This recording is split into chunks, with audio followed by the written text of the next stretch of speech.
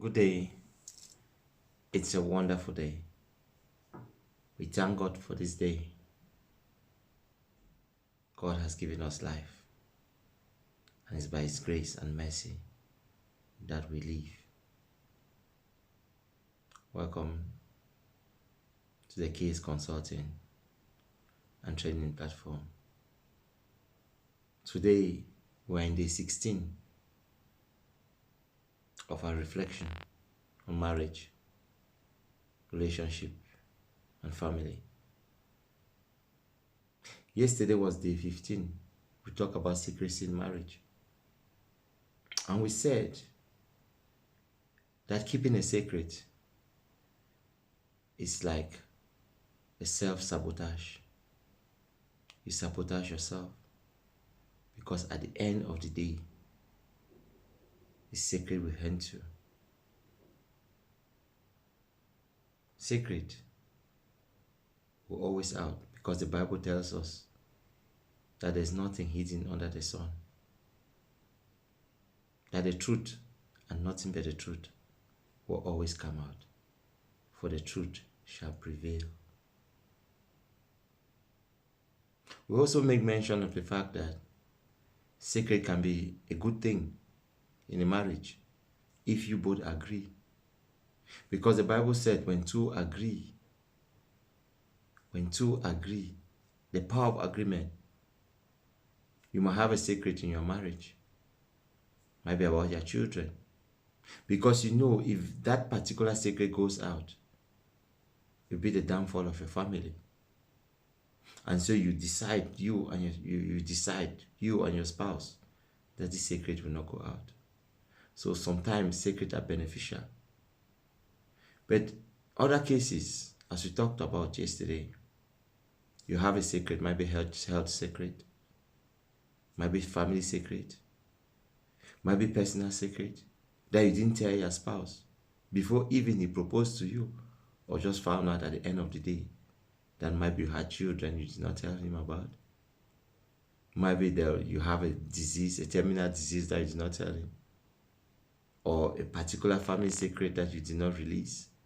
And when he finds out that secret at one point in time, it becomes a terrible thing. So you see, secret is one thing. But today we'll move to another dimension. And today we'll talk about emotions. Emotions in marriage. You see, sometimes we accuse our partners that, she has done this, he has done that.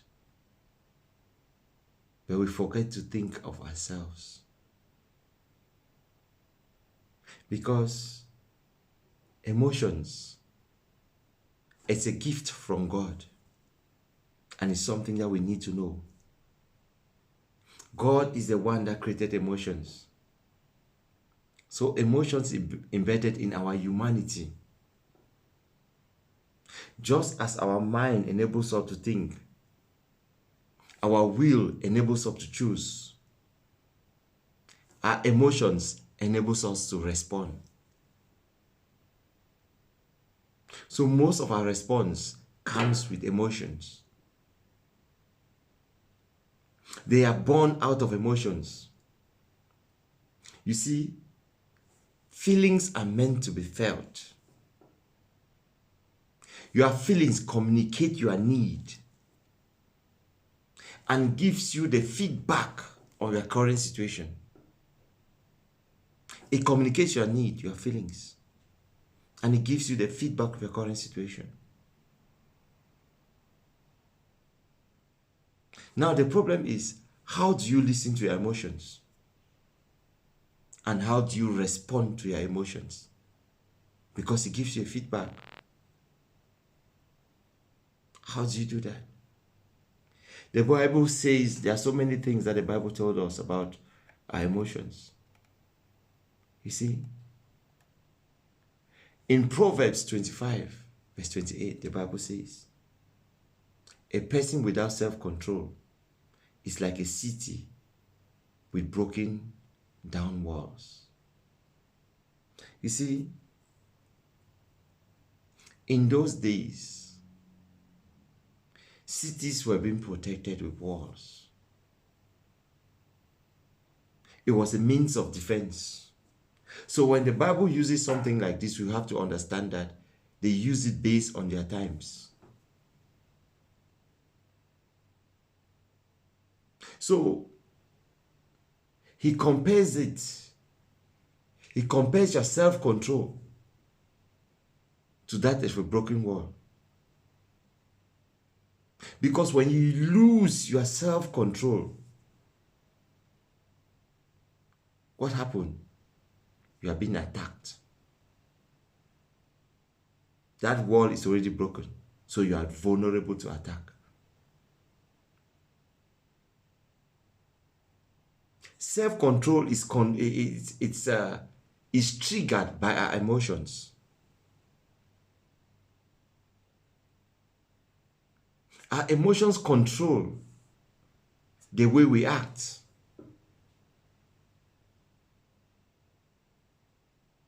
Proverbs 19 verse 11 says, sensible people control their temper.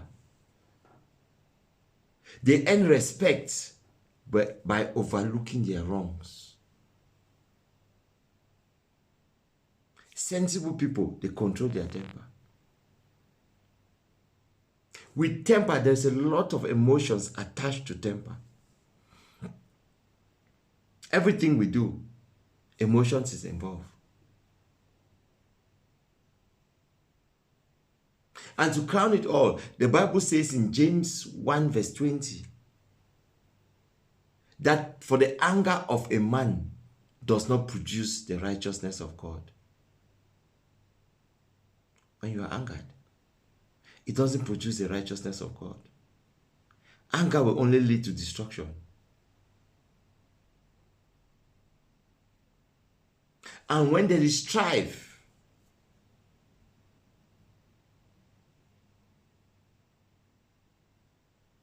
emotions overtake your abilities. Strife is argument, disagreement. At that particular point, your emotions overtake your reasoning. Because you are arguing, there's a disagreement with something. So it becomes difficult. You know, the Bible goes further in Proverbs 29 verse 11 to say a hot-tempered person starts fight. Hot-tempered, your emotions, you flare up, you start a fight. A cool-tempered person stop them. They stop the fight. The hot-tempered person always start the fight. Self-control. When you are hot-tempered, you need self-control. The one that is cool-tempered, stop the fight. That person has self-control. He has self-control.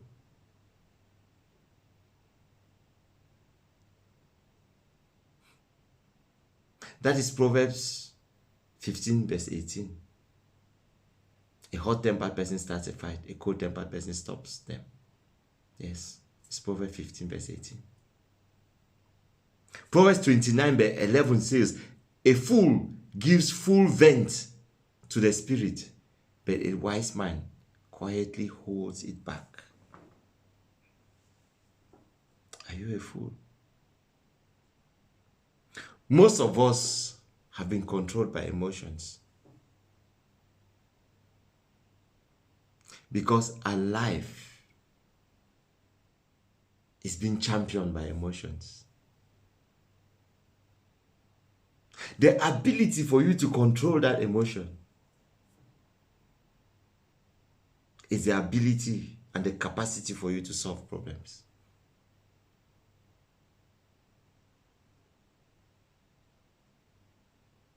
It makes it easier for you to solve problems. You see, in marriage or relationships, remember, we come from different backgrounds. We have different way of reasoning things. We reason differently based on our experience, based on our background, based on our upbringing, based on our intellectual ability. We reason differently. Based on the situation we find ourselves, we reason differently. You know, because you reason differently, the way you react to things will be different. But then, you must be a master of your emotions to be able to navigate through problems. It's not every time you react. You need to wait and watch and listen. We need to be calm in order to have the righteousness of God that James 1 verse 20 is talking about. We need to be calm. For anger will not produce that righteousness. We need to be calm and peaceful and look at situations. You see, there are so many times when we are overtaken by emotions, and before you know it, you are saying things that after that is being said, and they come and ask you that this is what you say, you say, no, I never said that. Sometimes you refuse. You see, gone are those days we used to have problems when it comes to that. We did not have telephones to record people or to videos. We didn't have those things. So when somebody's angered, the person will talk. The next minute, when everything dies down, that anger has subsided, that emotions has gone down. You tell the person, this is what you said. The person will say, no, I never said that. The truth is, the person did not even realize when he said those things because they're being controlled by emotions. But now, when they play back the things you said when you are angry, most often you are ashamed. Most people are ashamed. You are so much ashamed of yourself. You look at yourself and say, wow, what is happening? What is really happening? Am I the one that said these things? And the only thing that comes out of this is regrets. It's regrets. Emotion keeps our homes. You see, Satan is a very wise man. Most often we always say that, Satan tempts me to do this. It is the work of Satan. It is the work of Satan. Every crime that you commit, it says the work of Satan. It's the work of the devil. Work of which devil? The devil don't tell you to do wrong things. The devil is guarded by your emotions. The devil is guarded by your emotions. I repeat. The direction that you take, that is where the devil will go. The devil will not tell you to go and kill this man. Your emotions will take you to that direction to kill, and the devil will follow that emotion. Because he's angered now, let me just trigger him to kill this man. Because she's angered now, she wants to say this, let me just trigger her to say these things. Because when she says these things, in fact, this marriage will come to an end. The words that will come out from her mouth, it will stop everything. You see, it is our emotion. The devil stands by our emotion. He's looking, he's watching, he's waiting for that right moment. That's the truth. He's waiting for that right moment. That is why in Proverbs 25 verse 28, just like he said, a person without self-control is like a city with broken down walls. Because the devil comes to your life when emotions are involved. They lead you. They take you to that direction. That's what they do. It's what I want you to understand today. That is very vital. You see, I know women are moved with what they hear. A person that is soft-spoken, that is calm, women will always listen to those people.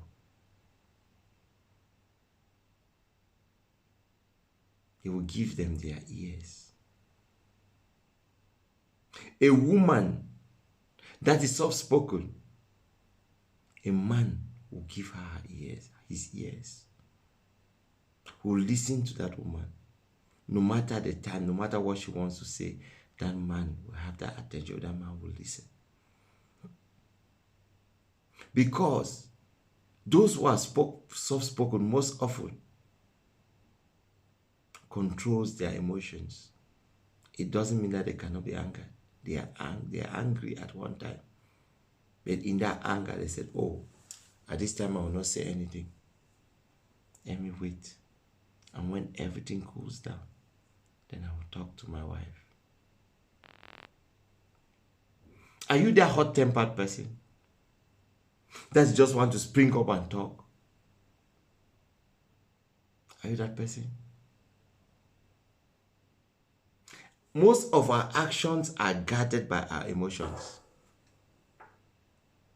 Our actions are guided by our emotions. The way we feel, the way we think, what we do is being guided by our emotions.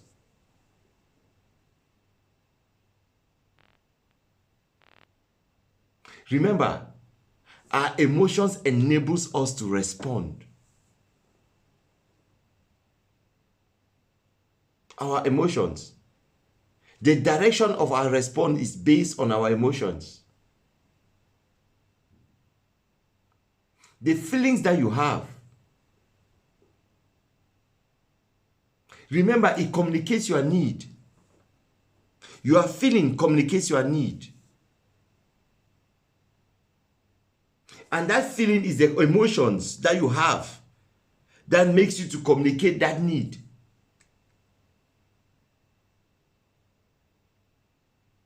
You need attention. What do? You start flaring up. You are not always at home. You go this way. I'm just alone. I need you to come here. Your emotions go high. Yes, because you don't love me. You start to say those things. But the end point is, what's your need? Attention. I need him by my side. You go out all the time, you don't come, you come out there, I'm just here alone. Emotions. You are flaring up. Why? There's a need. There is a need. You need that person. There is a need.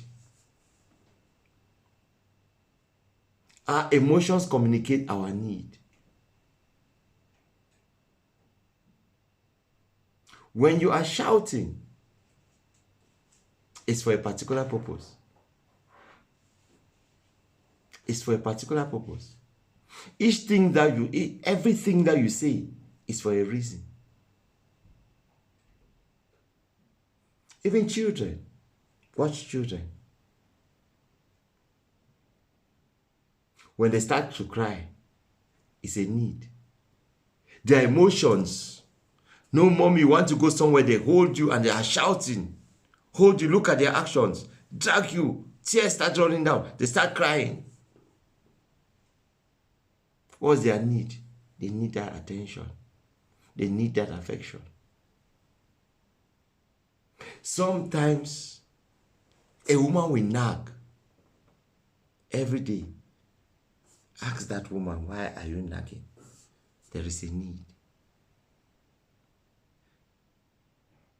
So our emotions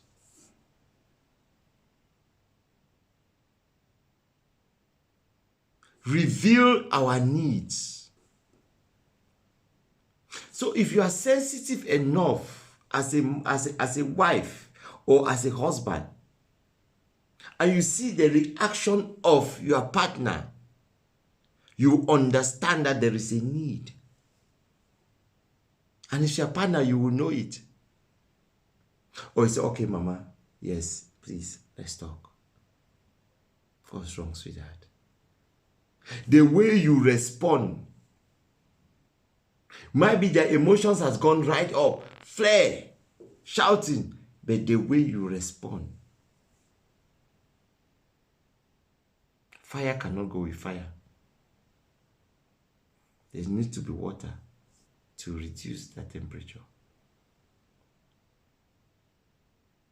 So when it's going up, you say, okay, sweetheart, I've heard you. Mama, sorry. What's happening? Talk to me. Talk to me.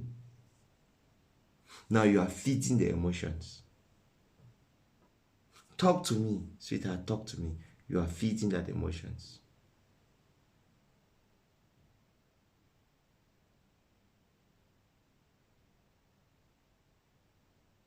My brothers and sisters,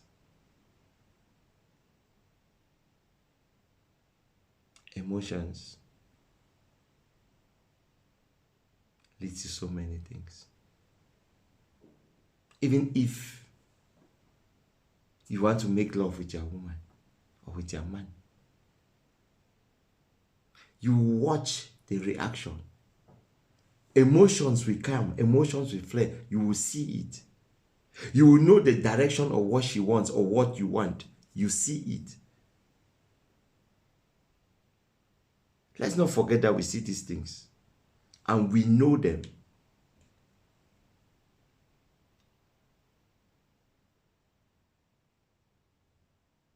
We need to stand for each other. Let's not pretend that we do not understand. Remember, before you decided to go and get married to that woman, you got married to somebody that supplements your character. The Bible said a man will go and look for a woman that is suitable for him. So you know that woman understands you. A person that understands you creates you. So emotions are important. It is time for us to look at the emotional side of life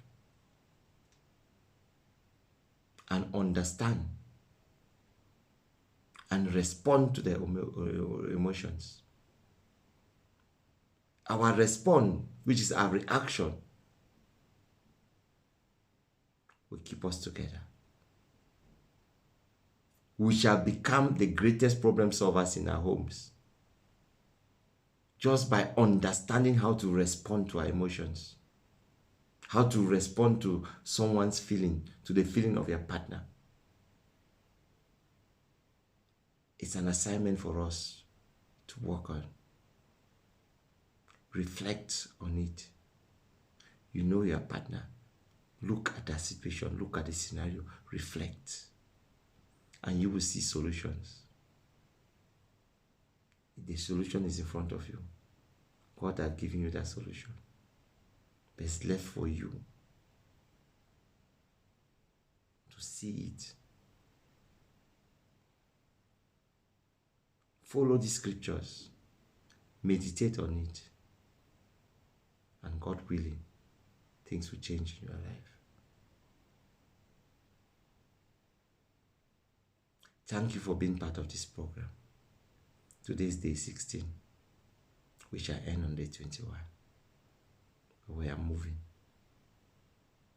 Thank you for this journey. Don't forget to share. Press the notification button if you've not done that, so that you'll be receiving it every day. This one might be a little bit late, but it was recorded on day 16, and you'll get it. May God bless us all. Have a blessed day. Shalom.